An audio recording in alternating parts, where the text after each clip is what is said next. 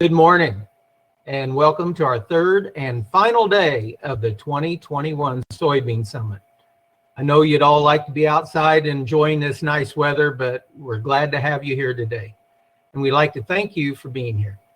We're excited to say hello to each one of you and hope you are able to take away lots of useful information and ideas to improve your operation. Hello again, my name is David Wessel. I am an at-large director for the Illinois Soybean Association. I farm and reside near Chandlerville, Illinois, and also serve as chairman of the ISA Utilization Committee.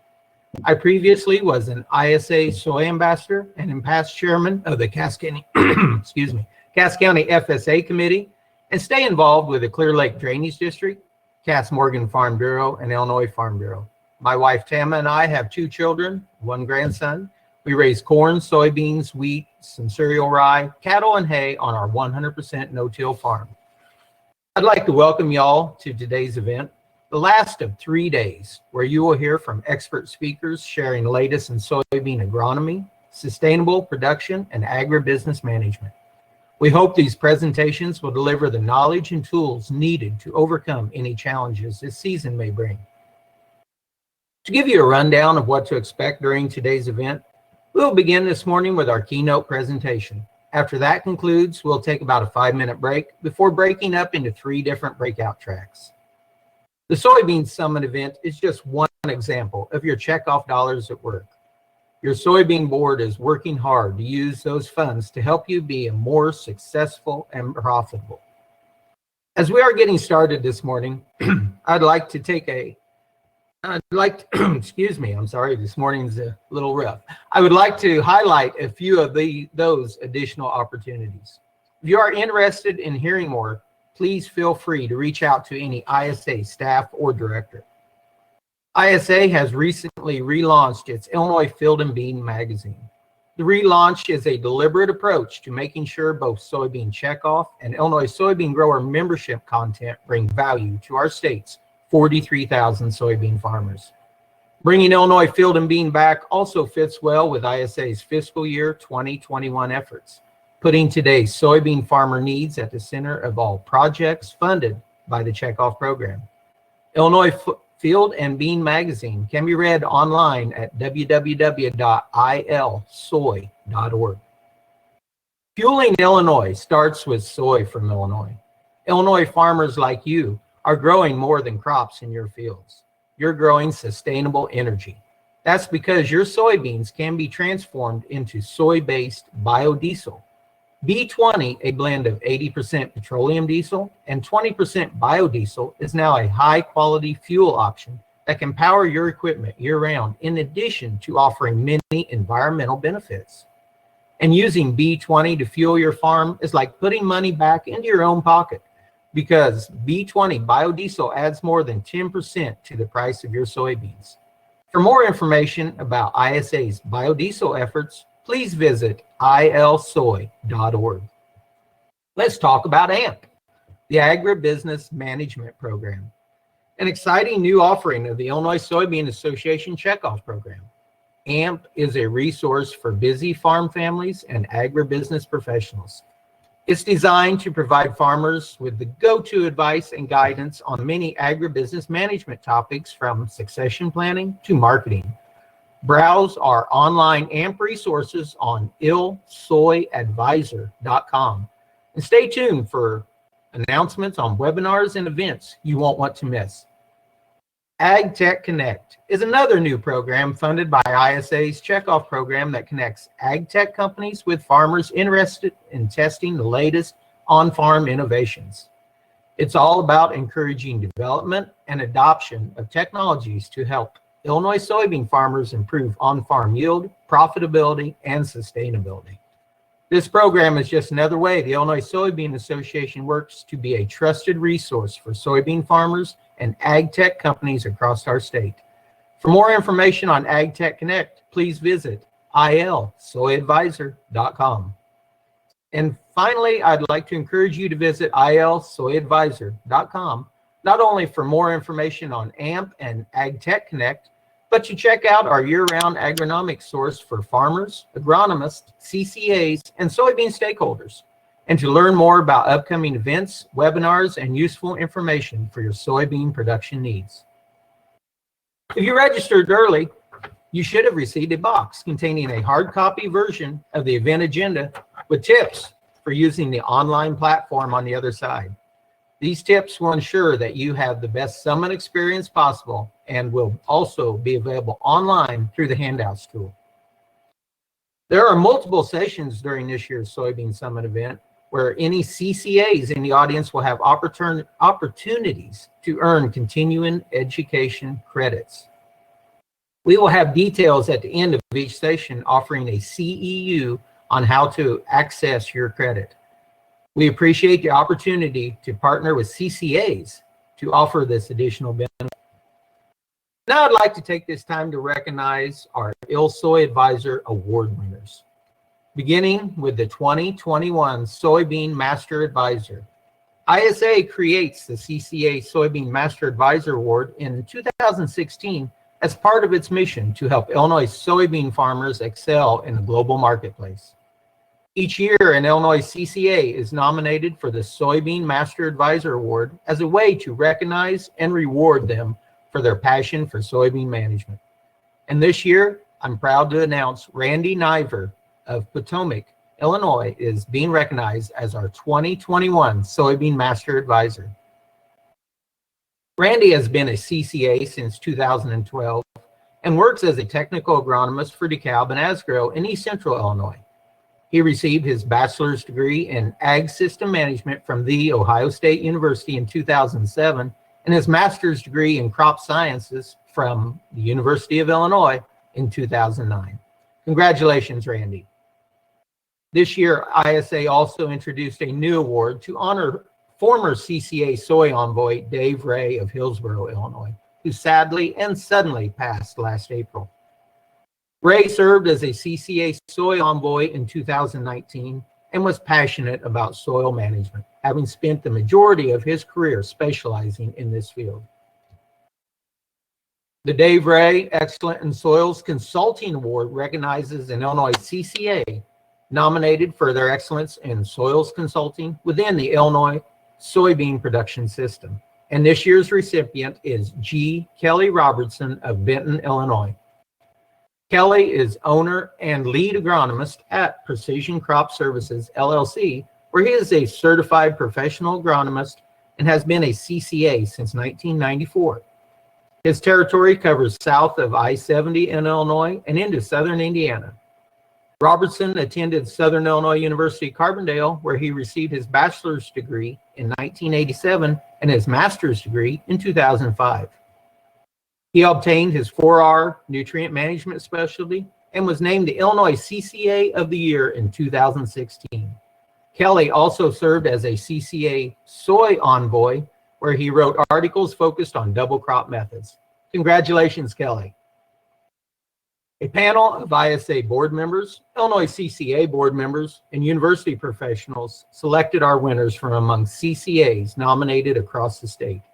ISA would like to thank the nominees for their continued exemplary service to their growers and the soybean industry.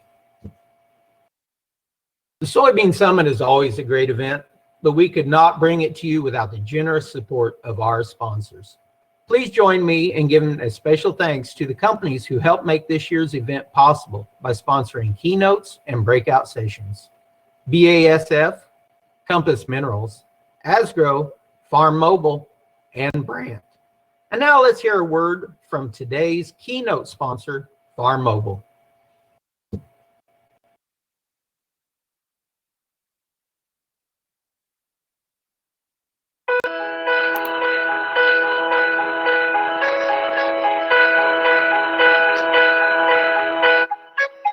I'm Jason Taji, the CEO and co-founder of Farm Mobile. Farm Mobile is agriculture's independent data company. We specialize in collecting real-time data, both agronomic and machine data, for our farmers and ag retail customers. We work on a mixed fleet of equipment so we can get one standardized data set that flows into other software applications and allows our customers to create further value from the collected data. Our mission at Farm Mobile is to help farmers and their ag food chain partners collect the most complete set of data on their fields. We want to collect every pass from every activity on every field. You can't manage what you can't measure. At Farm Mobile, we're a data company. Data is our product. So we have to be better at collecting it and organizing it to allow our customers to create value at the field level for our farmers or from a fleet level for our ag retail customers. Whether you need data to help make your fleet more productive or your fields more profitable, Farm Mobile provides a system of record that helps with stewardship initiatives as well as solving some of your toughest data challenges. To learn more, request a demo.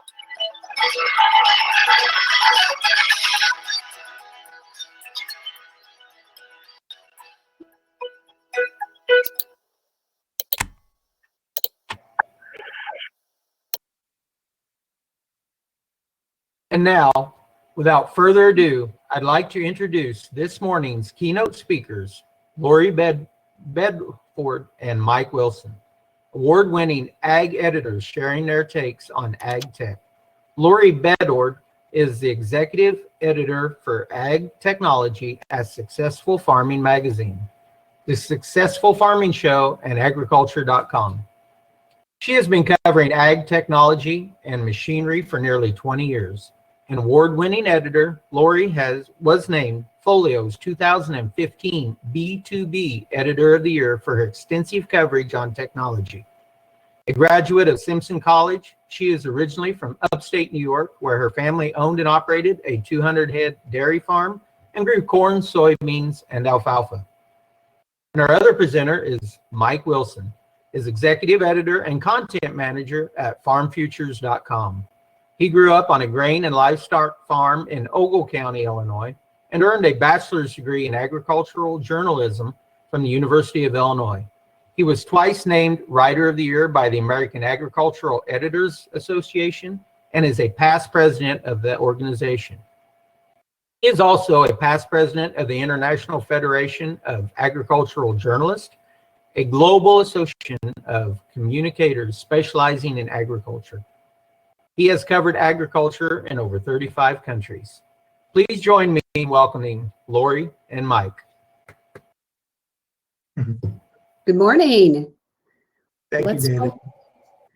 Let's go ahead and just dig right in. And we first wanted to start talking about how AgTech is an evolution and it's not a revolution. And I have to start by talking about, the Yield Monitor 2000. And while it's hard to pinpoint when precision ag began, the Yield Monitor 2000 was a significant contribution in the evolving ag tech industry.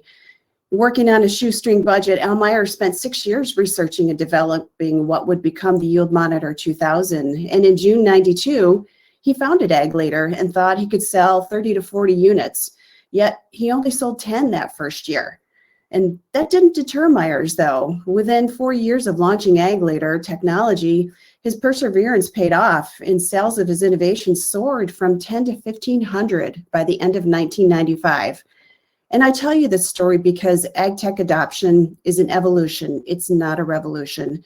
It took Myers nearly a decade from the drawing board to the sales floor before he saw success. He also recognized very early on that he needed to get his idea in the hands of farmers to work out all the bugs and the flaws. And it really wasn't until about a decade ago that ag tech began to attract venture funding. And many believe that Monsanto's purchase of Climate Corp in 2013 for $930 million accelerated interest in ag. Investment in farm tech startups has grown consistently since that time, 370% to be exact, according to Ag Funder's 2020 Farm Tech Investing Report. And in 2019, farm tech startups raised $4.7 billion in funding.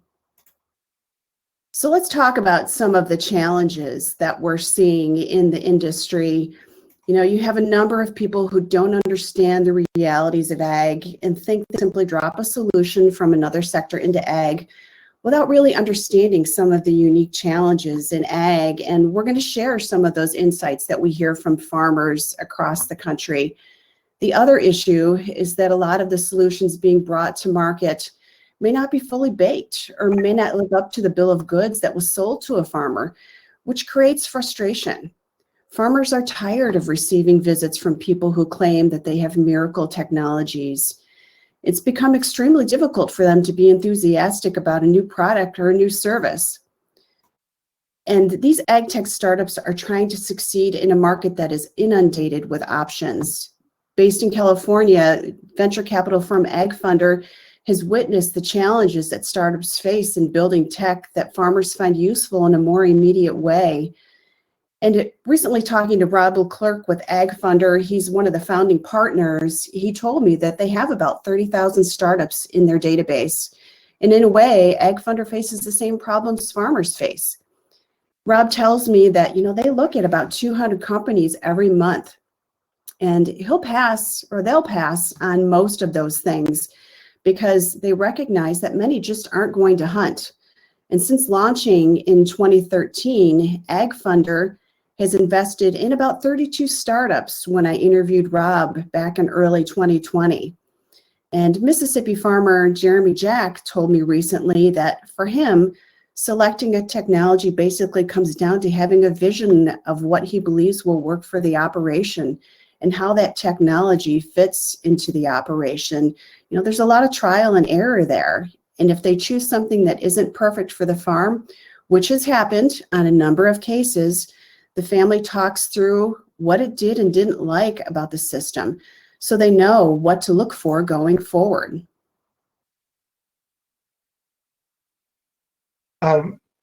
This is going to be a continuation of the theme that Laurie has started discussing here, and that's basically that there is no miracle cures, there's no miracle solutions. Startups have great ideas when you listen to them talking in a 2-minute elevator pitch, or I don't know about you, Laurie, but many years ago we started going to see these meetings where you saw one after the other of these entrepreneurs and startup and venture capital folks standing up and discussing their big idea about agriculture. And it all sounded great when they discussed it, but it's a very long walk from that elevator pitch to the whole dirt under the nails, actual farm reality, as many startups have discovered. And farmers too, I think, are just as disappointed often when they see and hear about great ideas and then they realize maybe this isn't quite ready yet. So one of the themes you're going to hear from both of us is the ones who are succeeding will often be the ones who are taking the time to get out with the farms, as you discussed with the ag leader inventor, getting out on the farms and making sure that farmers are the ones testing these products or services, because that's the only way they're going to get to become viable.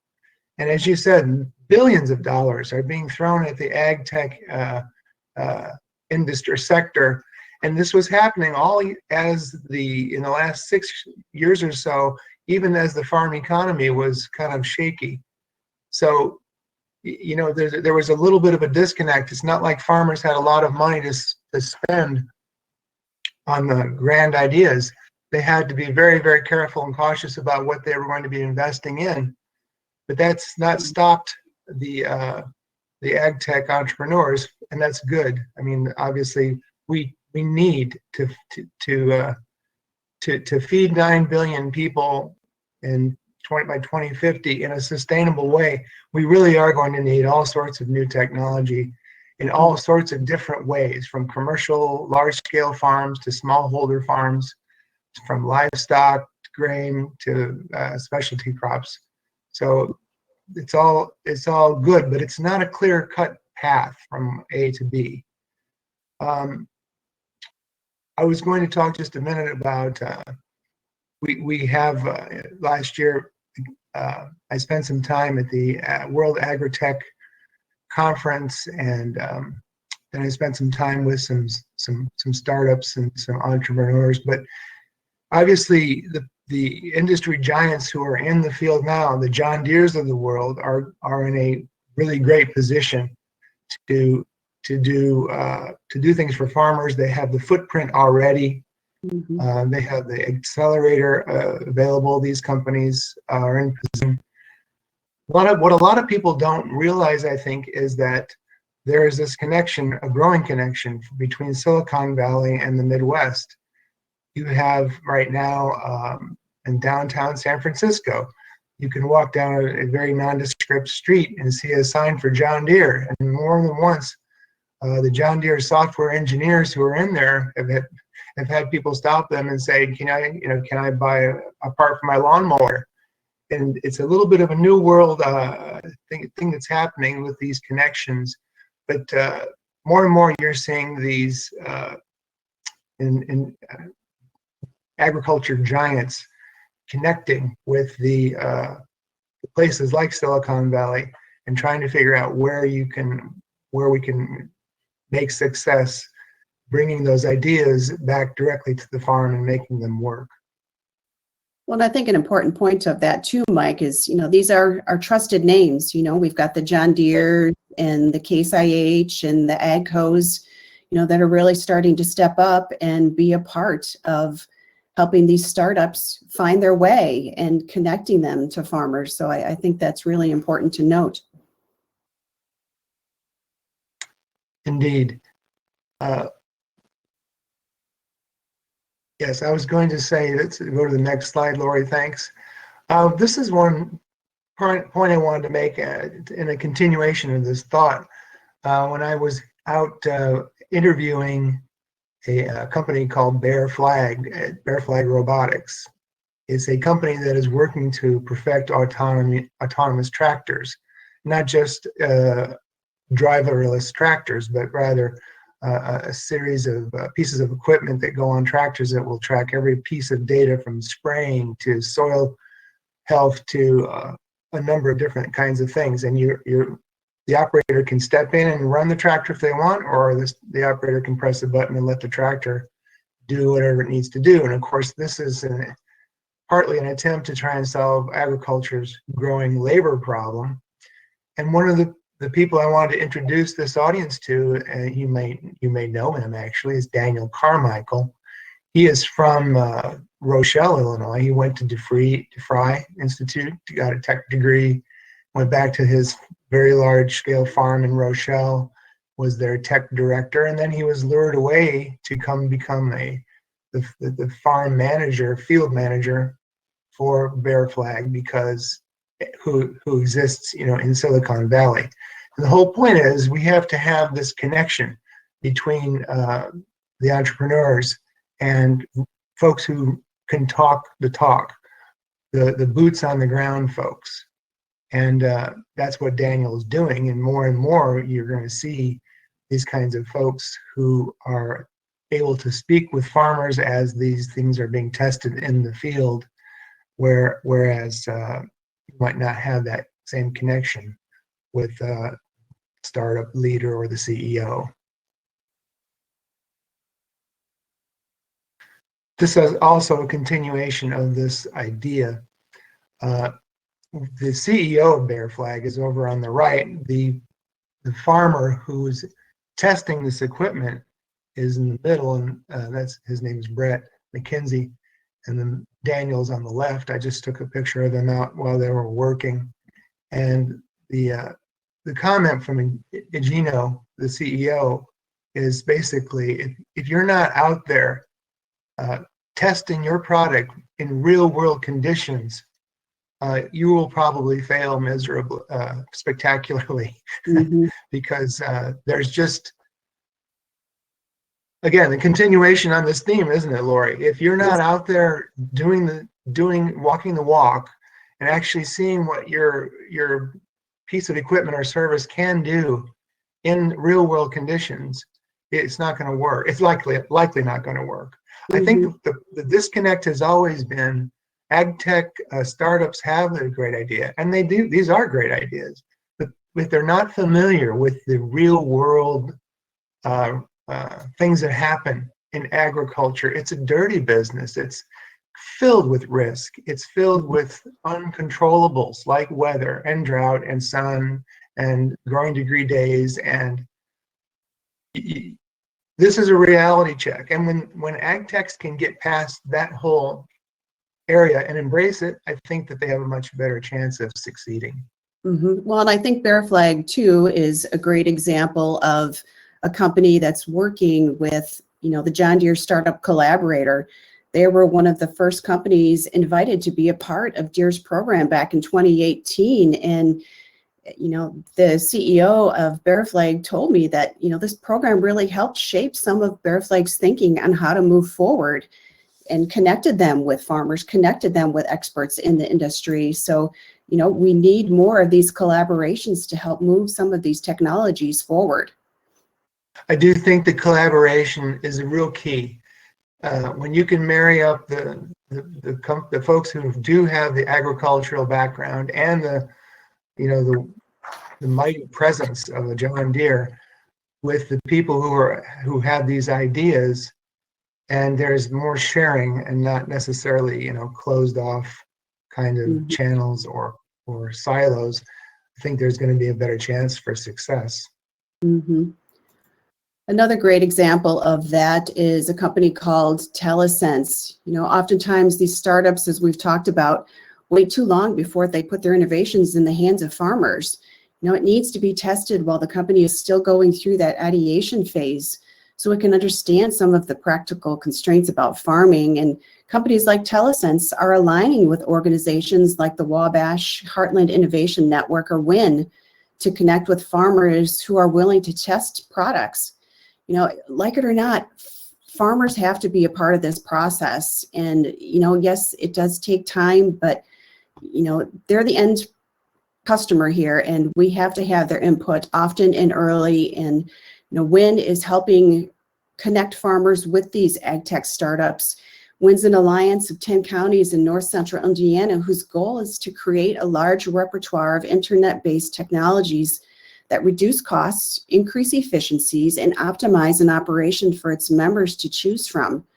And because the consortium vets each company thoroughly, plus it negotiates a deeply subsidized price for farmers, so they can try a product or a service without having to invest a lot of money and then regret it later.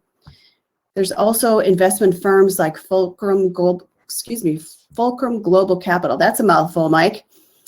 Who are also realizing that, there's benefits out there to having farmers as part of the equation. And many of Fulcrum's investors, who represent 13 states across the Midwest, are row crop and livestock producers. By the end of 2020, its investment team had considered more than 300 investment opportunities in 1 year. And to date, the venture fund has 7 companies in its portfolio. So, I think this is a great example of, there are so many AgTech startups out there. There are so many opportunities, and, they looked at more than 300 and they've only got 7 in their portfolio. So they're really looking hard at these. They're vetting them, and, they're investing in the ones that they feel have great promise.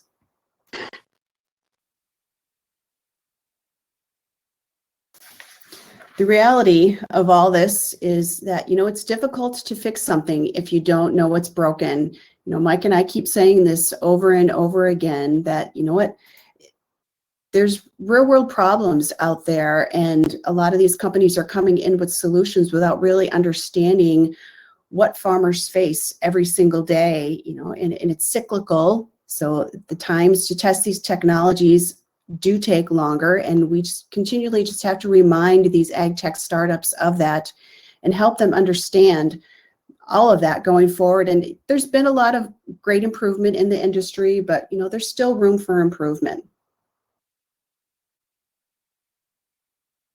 We threw this slide in here because, maybe Mr. Steve Pitstick is in our audience today. That would be great.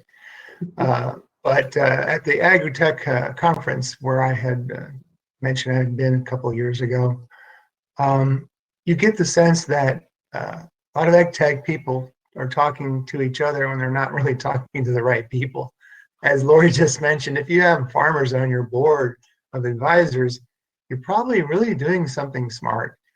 So Steve was out there at this meeting in San Francisco, and I met him there, and he was one of the speakers, and he sat down with some folks, and they just looked at him like they'd never seen anything like it. These are folks who don't really ever go out to farms, but they are sincerely interested in trying to find a way to make a difference in this space.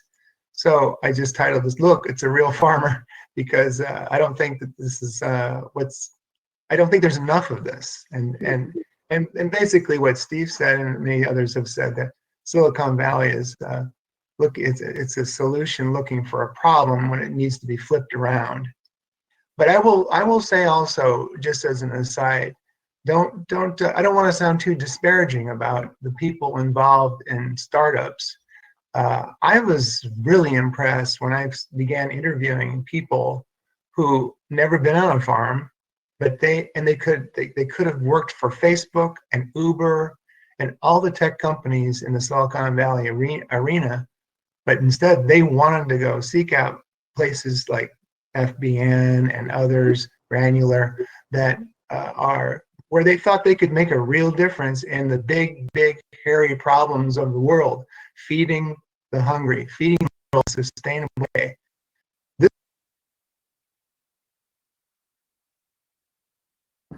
Oh, did we lose Mike?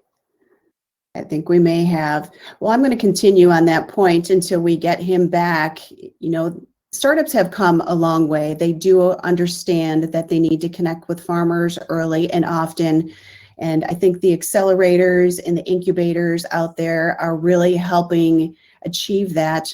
We're also seeing farmers show up at non-ag events like the Consumer Electronics Show. In 2020, Mississippi farmers Jeremy and Elizabeth Jack attended the event to talk about how they use technology in their day-to-day operations. You know, this is the world's largest tech event, and for farmers to show up at this event it never happened before. So, you know, this was a great example of, you know, bringing farmers into a non-ag event and helping the tech industry understand what we need in agriculture, and that, you know what, we're not just about cows and plows anymore. We have a lot of technology on the farm today, and we really want to help showcase that and show what companies like a John Deere are bringing to operators so that they can be more efficient, they can be more sustainable going forward. So let's talk about what we're hearing from farmers, because, you know, we're hearing a number of things. Do we have you back, Mike? Oh, maybe not. So I just want to start out with, you know, what the bottom line to all of this is that embracing technology is not easy. It has to fit seamlessly into an operation. It's something that I hear over and over again. I'm sure Mike is hearing it as well. You know, it's got to be easy. It's got to be seamless. It can't interrupt my current processes. And recently talked to K-State professor Terry Griffin, who recently told me that it's been said that for baby boomers and Generation X, technology has to be as easy as 1, 2, 3. With Generation Z, technology must be as easy as 1, or they will move on. And that's so true on the farm. I don't know how many times farmers have told me, you know what, if it doesn't work, I'm just shutting it off. You know, I don't have time to mess with some of these things.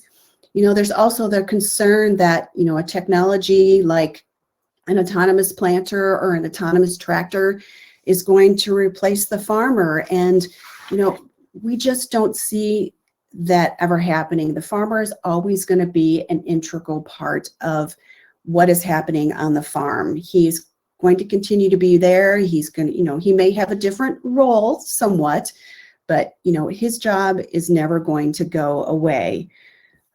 There's also the issue of, you know, autonomous vehicles, and, you know, we really haven't sorted out all of the liabilities yet. You know, if a tractor tends to run off out of the parameters that's been set, who's liable? You know, is it the farmer? Is it the ag tech company? So we really need to still work through some of those logistics, and, you know, we're getting there.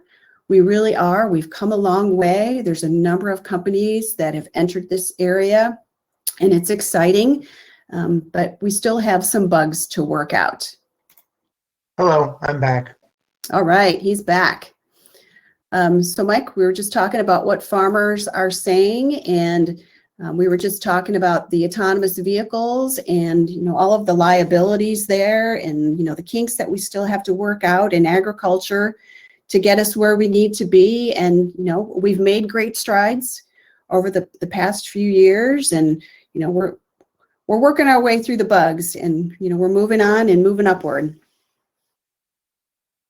Did we talk about the ideas around what causes you to invest? A lot of people are always asking about the ROI. Is that on our next slide? That's on our next slide. Yep, we're coming up to that. Okay. All right, so let's move on to our next slide, where we're talking about some of these technologies that have, offered some great promise, but, fell a little short. Mm-hmm. Yeah, I think that in some of these are just quotes from people, so don't take any of this to be, it's not. These are just opinions, Mm-hmm. and obviously we have things that are changing all the time. Some people, we might have had an issue with drones at one point, and then somebody figures it out, and all of a sudden it's very valuable. Mm-hmm. I do think that there's a lot of compelling tech that we're still going to see in the whole area of sustainability, soil health, and the idea of not making blanket applications on crops anymore. I think there's going to be the division between organic and commercial, where you're spraying all the time or you're not spraying at all. I think that's going to probably eventually go away. I think that if you can figure out how to cheaply go spray a spot that has an infestation of some kind with a drone or whatever, I don't think I just think that it's all evolving. It's all part of the evolution. Yep, it is. I mean, and we've really come a long way in that area too. I mean, I can remember, 6 years ago when drones started circling over ag, and there were a number of companies entering the market, and, they were essentially high-priced, high-grade products, and they weren't appropriate for the ag sector. And, we found out of business. Yep. There's a number of companies that have gone out of business that were here a few years ago, and now they're not. And, and granted, some of the products were good, but there were others that just weren't suited for ag use. And farmers really needed to do their homework and not be beguiled by the shiny toys. I'm the first to admit drones are cool. I've been able to fly a drone, and, it's incredible, but the stitching was very archaic. It took a long time to stitch the images together. So it really was a time for buyers to beware. But, now we've got companies like Rantizo who are trying to develop an end-to-end solution that really delivers. So, again, to Mike's point, it's all evolving. We constantly see things changing and technologies being upgraded and tested more thoroughly. I think too, and this is preaching to the choir, of course, but this is also the hesitation for farmers who don't want to invest in a company that they're not sure will be there tomorrow. I mean, We've been saying that for 20 years, right? Mm-hmm. And yep. or maybe they'll be there, but they're owned by somebody else. Let's say you love Case and your tech was purchased by John Deere, and now you have to figure out if you want to do that. But that's the way business works. So yeah.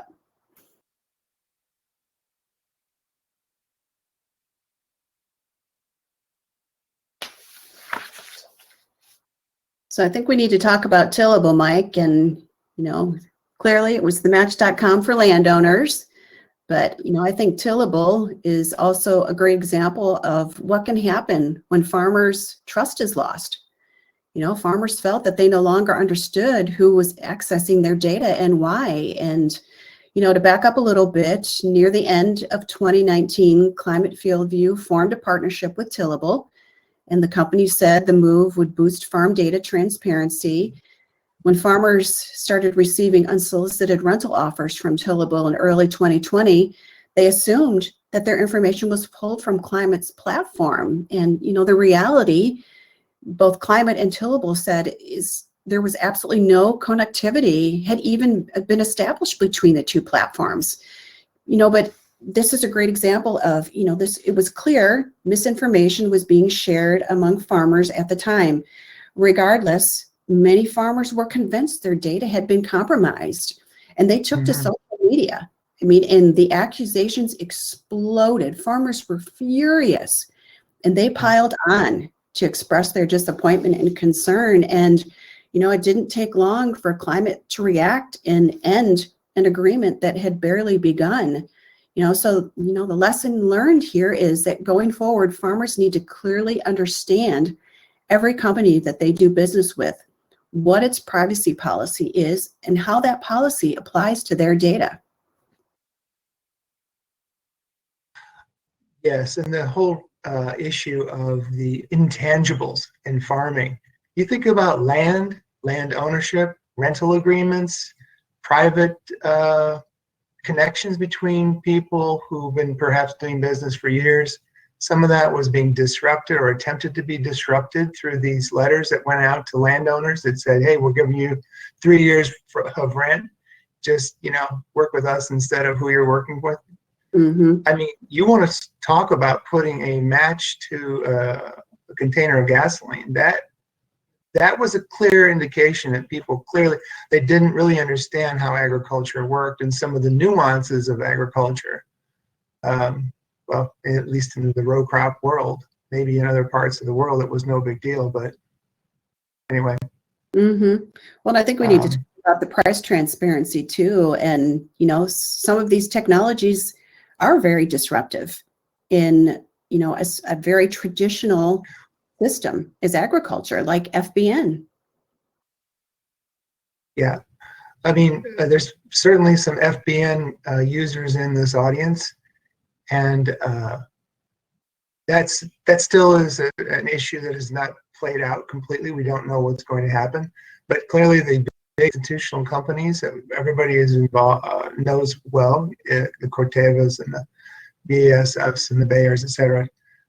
They want to use their own retail system to sell product, and FBN is saying, well, we would rather, we could use the internet and be, nobody at FBN is ever saying this, but I think they would like to be the Amazon for farmers, and I think for certain farmers who only want price and not necessarily service in regions where retailers are don't have a robust system, that might be a good idea. I do think we have 2 lawsuits right now, one in Southern Illinois and one in Canada, and I don't know if those are going to go anywhere, but it is disruptive, and it's not a done deal yet as to how this will shake out. There's a lot of words being thrown back and forth, and you just have to, as a farmer, I think you just have to be aware of what's happening. If you want more price than service, you should look FBN up. You should also obviously be aware of all the things your local retailer can do, not just for you in terms of service the community. Those local businesses really support the communities. And I think too, that's a great point to make, Mike, is, a lot of these local, cooperatives have really added a lot of ag tech to their portfolios to enhance what they're doing for their producers. So, I think we're seeing that whole ag retailer space really evolve. And, you can't help but wonder, how much ag tech and what's happening in the industry has contributed to that. And I think it's contributed a lot. So we have to talk about ROI. Yeah. I'll just mention that we've just done a new survey, and this is brand new news. It's hot off the press. It's hot off the digital press, the virtual press. And this is not going to surprise anybody in this digital room. But our Farm Futures survey, we had 722 respondents. The question was, how do you decide to invest in new technology on your farm? The top answer was comments from other farmers who had tried it. Of course, farmers listen to other farmers. That's just a given. And I think tech startups should understand this. 51% gave that answer. The second was on-farm trials. Again, the answer is on-farm trials, 47%. The third one was a little bit vague. It's proven ROI. You know, if you can prove that this is going to give me a return, I will do it. That was 43%. And then it drops down to 29% for past results from universities, 23% meeting with company executives, and 19% results from company provided testing. So like anything, I think farmers be a little dubious about what they're hearing when they get a sales pitch. In any case, you can see some of these comments up here about return on investment. Mhm. Even though I think it's interesting, even though you can't see a number for auto steer, the sheer ability of people, the less fatigue factor, the ability to do other things while you're in that tractor back and forth combine, it's almost invaluable in terms of how valuable that can be. That's a no-brainer for a lot of people. And that ROI, it's not necessarily about dollars. It's also about, as you just mentioned, Mike, less fatigue and those things that we, don't really put a dollar figure to. So, that it's hard. It's easy to see the ROI on iron, but on some of this ag tech, that ROI is a lot more elusive. And, with razor thin profit margins the past few years, there's no room in a farmer's budget for unproven technologies. So, you've really got to look at these technologies that, they're easy to use and the low cost tools, because, the price is also a big factor in all of this as well, as we've mentioned before. It's really got to provide tangible value by way of cost savings or yield increases. What I'm hearing from a lot of growers. Are you hearing the same thing, Mike? Absolutely. I mean, nobody wants to throw money at something that they're not sure about. I mean, they already have enough insecurities. They're out there trying to put a seed in the ground and hoping that it comes up and they make some money on it in the fall. Look at the last 2 or 3 years of the weather issues we've had. The last thing you want to do is invest in something you're not sure about. You're already investing in something you're not sure about when you put the seed in. So, well, whoever can be out there and figure out how to control Mother Nature, that's going to be a winner right there. So I'm going to put my money on that one, Mike. Well, I know. I mean, let's talk about that on another session sometime. So. All right, so let's move on to. So basically, coming full circle here, it's all about trust. I mean, a company may have a farmer's ear, but it all comes down to trust. It's the building block of moving technology forward. And, like any consumer, farmers want a product that delivers on what it claims it can do. When a brand doesn't meet those expectations, trust is quickly lost. And, we saw that in the example with Tillable. That's especially true when it comes to ag tech, because the path to adoption has been littered with empty promises. It's been difficult to have a meaningful conversation about how the latest innovations can maximize production and improve a farmer's bottom line. And, as we've talked about, Mike, there's a lot of great ag tech out there, and there are more and more innovations coming into the industry every day. A lot of this has been focused on, what's happening in the field, but, animal ag tech is seeing some great innovations come into the industry too. So, and it's also why farmers, they've got to be actively and appropriately engaged in the development and the progression of these technologies as early and as often as possible. And once these technologies do come to market, the company selling the technology, they've got to back up the buy. And, that's one thing that we really haven't talked about, Mike, is, you just can't drop a technology onto a farm, get your check, and disappear. You've got to be there to help that farmer work through the kinks. Well, yeah, and to your point, this whole connecting thing, I think people are starting to figure that out. I remember talking to the founder of a one of the major digital farm management companies. It's one of those dashboard companies. Mhm. And I was really impressed when he said, we don't create any software until our farmer or our customers tell us that this is what they want, which to me is the correct way of looking at this. It's not Silicon Valley looking for a problem or a solution for a problem. These are real customers who say, go out and produce this thing because we need this. Now you're really talking about something smart there, because it goes back to some basic ideas about do what the customer needs or wants. Give the customer what they want. Mm-hmm. Well, Sometimes even farmers don't know what they want, though. And it's exactly. that world of farming, from finance to agronomy to business relationships within families, all that stuff. It's so hard to figure out what you really need sometimes. Mm-hmm. Well, and I think one of the interesting things too that I've heard, especially from Ag Funder and Fulcrum, is that when they're looking at these ag tech companies, one of the key parts that they look at is the team behind the tech. And I think that is very important because, you talked about it earlier, Mike, whoever is on that team, if you've got a farmer on that team like Bear Flag Robotics does, that goes a long way in helping develop these technologies.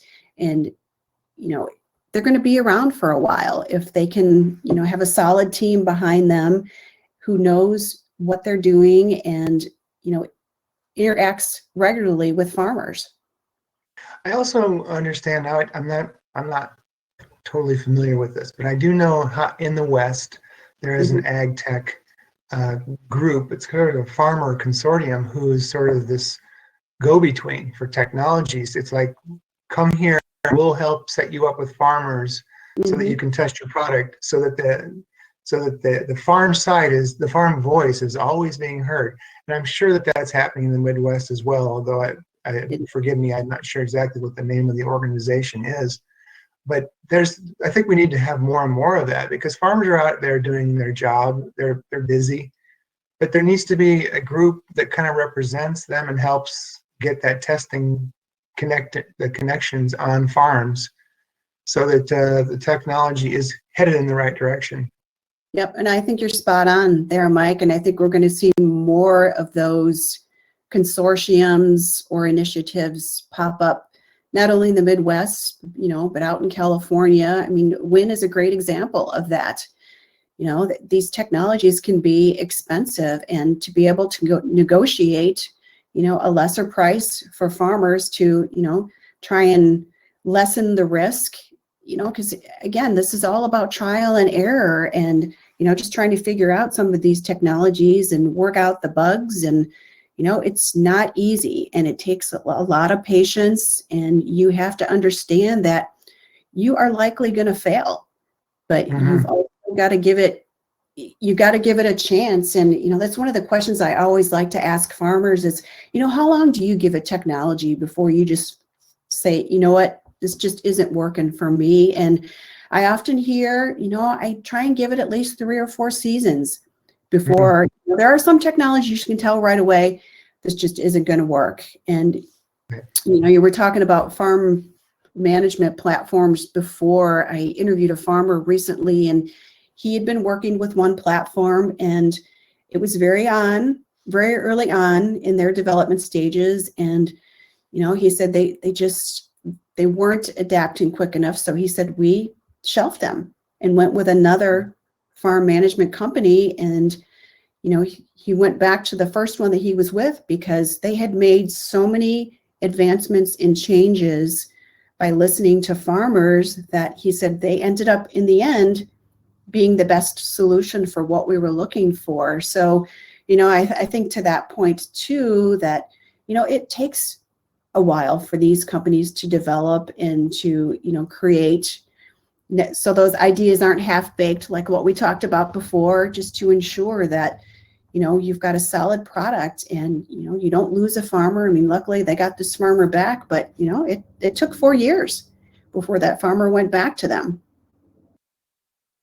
I think too that before we end the session, it would be important to note that I don't know about how you feel about this, Laurie, but when this rush of investment money started being thrown at agriculture, I was kind of shocked. Mhm. I was like, why are these folks bothering with farming? What do they know about it that we don't know? Well, it turns out they didn't really know, but we should remember in the big picture of things, the agriculture is the most ripe industry for innovation. It is the least digital by very nature. It's not a factory where you have widgets and you can just plug in A and out comes B. And people see this as a big challenge. It's a great opportunity filled with risk. But I am super glad that these dollars are flowing toward agriculture because look, we all got to have food. We have to fix the problems of weather extreme. We have to figure out how to feed people sustainably for forever, you know, long after we're all gone.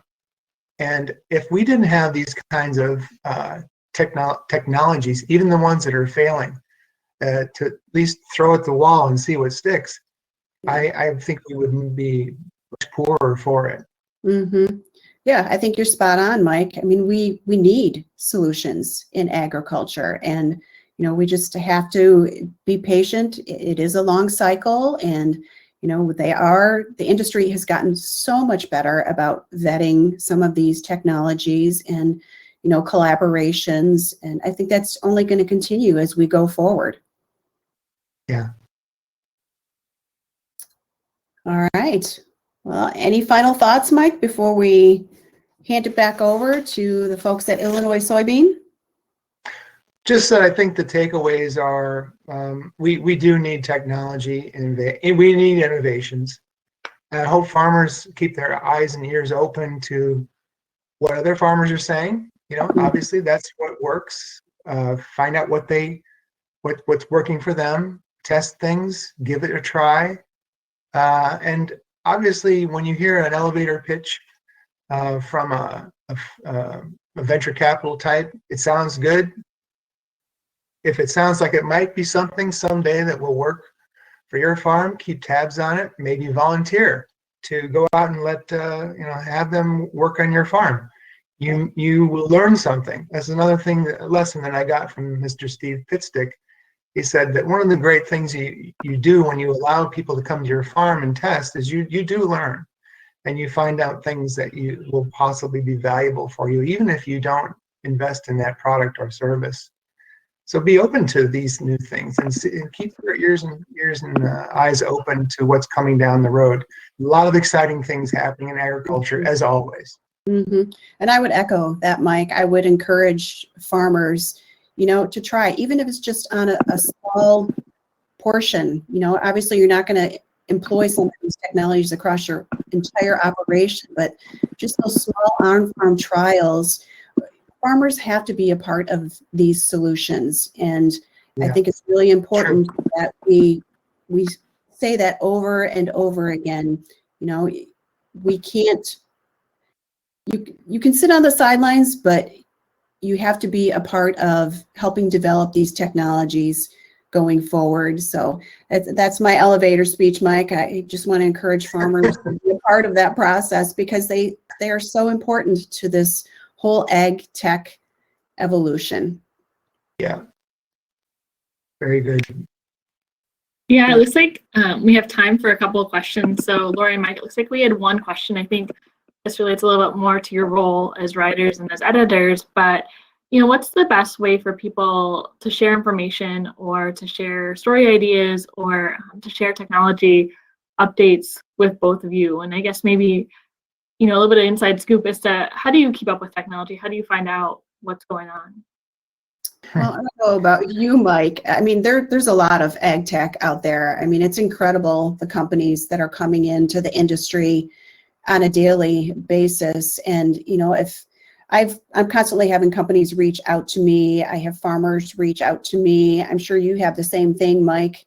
You know, companies reaching out to you or saying, you know, I mean, it's not unusual for me to get 5 to 10 emails a week on some new technology, or, they've read one of my articles and they've got a similar technology. Are you seeing the same thing, Mike?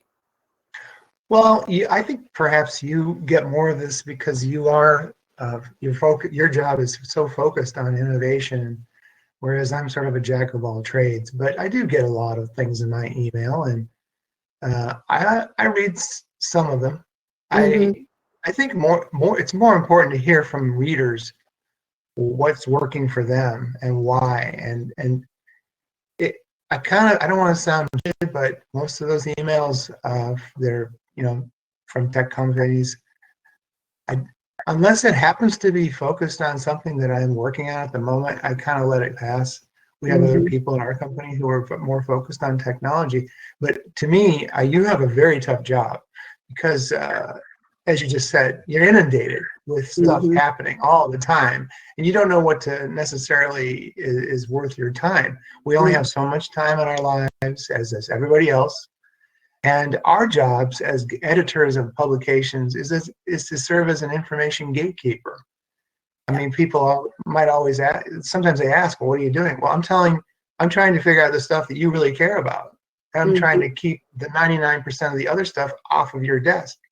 That's what I do. That's what you do, I'm sure. Yeah. So we have to try to vet out things that are coming at us in either social media, although you really have to be careful with social media these days, email, company, you can go to farm shows. Obviously, that's a good place to go see what people are interested in. Yep. And you just listen to the bottom line for any ag reporter is you keep your ear to the ground and you listen to your readers. You listen. If you can hear them and you get a theme going and a trend, then you start writing. Yeah, and I think you're spot on there, Mike. I mean, and you're right. There are so many technologies out there, and I seek advice from other experts in the industry. I talk to the ag funders who are seeing all of these technologies go through.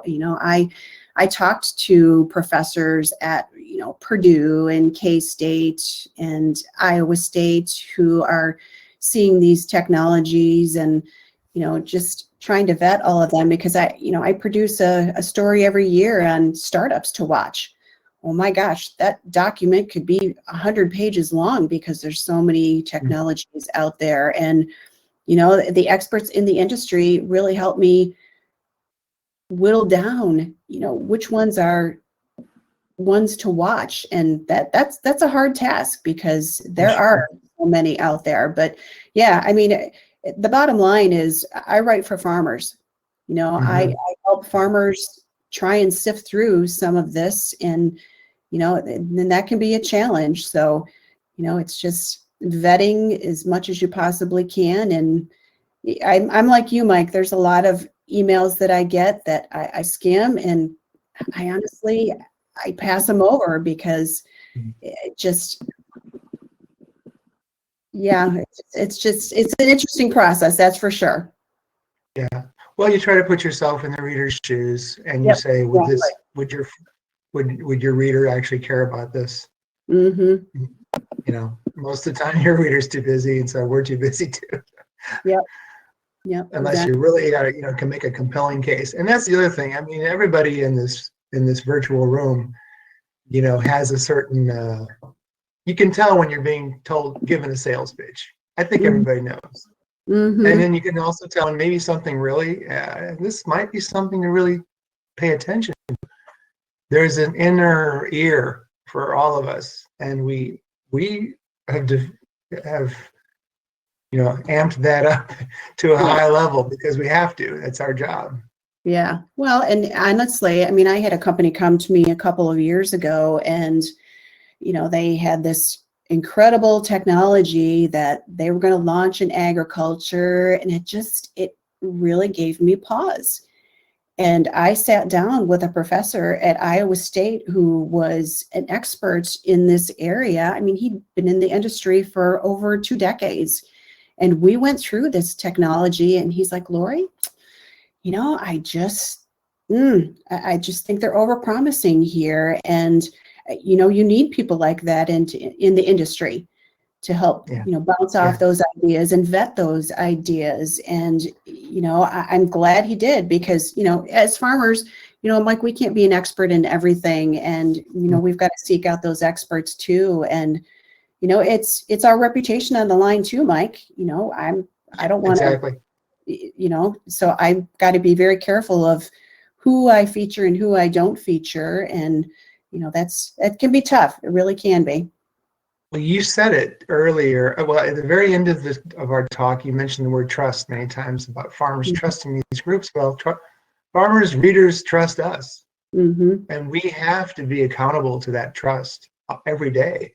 I'm not going to be, writing stuff that I think is going to mislead people or not going to be a good deal for them, et cetera. Neither are you. Right. But that's what we're supposed to do. And so we try to do it the best we can. Yep. Yeah, thank you both for sharing that perspective. I think it's always fun to learn kind of a little bit behind the scenes as to how you process the information that you get and kind of, how you vet the different ideas that you get. I think, like maybe one final question. I know we started this off by talking about sort of like the evolution versus a revolution. As you look to the future, how do you think that farmers' roles with technology will evolve, and maybe even, like what challenges do you think AgTech will help solve? Honestly, I think it depends on the individual farm and what their needs are. I mean, I think every farm is different and everybody's needs are different. And I think it's going to be based on needs versus wants going forward. Mike, you can agree, disagree on this, but, I think that's really the bottom line is it's not a one size fits all. Yeah, that's true. Every operation is different. Every operation's needs are different. And, as Jeremy Jack, I mentioned him earlier, it's really a vision of what you need for your operation and, vetting those technologies. And yes, you are going to have to take a risk now and then. And, I think the industry is going to continue to move forward, and, we're going to continue to see collaborations, with companies like John Deere and in AGCO and Nutrien, they're launching, their own innovation challenge this year through World AgriTech. So, we are seeing these big companies get involved more and more. And I think that's going to continue as we move forward to help the industry move forward. But there's still a lot of room for growth there. Amy, you and Laurie too, you just mentioned the word need. Farms need different things. I think if you just look at a checklist of the needs, like farm labor is a big issue. It's growing all the time. Soil health is becoming an issue. You should start looking at those needs. You're going to see a lot more technology, I think, going at those needs. However, just remember that the human element is not always an easy thing to predict. And I go back to a farmer who I spoke with about, he's a row crop farmer, and he said, I take a big risk every year, and the reward for that, meaning putting seed in the ground, the reward for that is I like to drive big stuff. We were talking about, and he didn't use the word stuff, by the way. We were talking about, technology and autonomous tractors. He likes to drive big tractors. Yeah. So, you could give him some fantastic technology, but if he wants to get in that tractor and drive around, he's going to do it. So, we can talk about the growth, the needs of every farm, and that's different all over the planet, but we also have to remember that the humans are humans, and they have needs too. Yeah, Mike, I think that does a great job of sort of talking about the intangibles that were mentioned earlier in those things. I think especially if you have ag experience, or, if you come from a farm like all of us have, it helps you with sort of those insights that can make products, a little bit more successful, or just to understand, I think, sort of the culture of farming and sort of like the culture, of rural Illinois and how things work, and, can make a big difference. And I think can also, as you guys have shared, can make that big difference between what's successful and what's not. So I want to thank both of you for the conversation today. This has been a lot of fun. I think we've all gained a lot of insights, and it's always fun to hear your perspectives and to hear what you're hearing. So again, we hope everybody enjoyed this morning's keynote presentation. We'd like to thank again all of our event sponsors and our exhibitors for their support. The Illinois Soybean Association could not do these programs without them. Quick note on CEUs, as you see on the screen, if you are CCA, don't forget to claim your 1 CEU in Precision Ag for this session. You can either scan the QR code on the screen, or you can email our team with your CCA number by Friday to be submitted for credit. We'll leave the screenshot open for a little while so you can make sure that you tag that. And coming up, we'll have about a 5 to 10 minute break before breaking out into the 3 breakout tracks, which are weeds, pests, and pathogens. We also have sustainable soybean production and agribusiness management. At the end of the session, you'll be redirected to our lobby where you can enter your breakout session. Just click the join session button to attend the breakout session that you selected during registration. Also, this year, stay tuned. We're going to be doing a post-event online survey. We encourage you to take a few minutes after this event to check your email. The survey should have arrived in your inbox. And if you don't see it, be sure to check your junk box so we know that something is always end up there. And those who don't complete the survey, you can be entered for a drawing to win a $50 Cabela's gift card. And we really, welcome your feedback, and your honest feedback helps us to continually improve our events from year to year. And it's definitely something that, we incorporate into our event. So we thank you in advance for helping us with that survey. If you found the information that was shared today interesting, we would like to encourage you to visit ilsoyadvisor.com. That's our year-round agronomic source for farmers, agronomists, CCAs, and soybean stakeholders. It's where you can learn more about, different upcoming events that we have, different webinars, information that hopefully is useful for your soybean production needs. Again, thank you for attending this year's Soybean Summit event. We hope you'll join us again next year. If you have any other questions, feel free to put them in the Ask a Question, and we'll make sure that we get back to you. So thank you, everyone, and enjoy a beautiful day.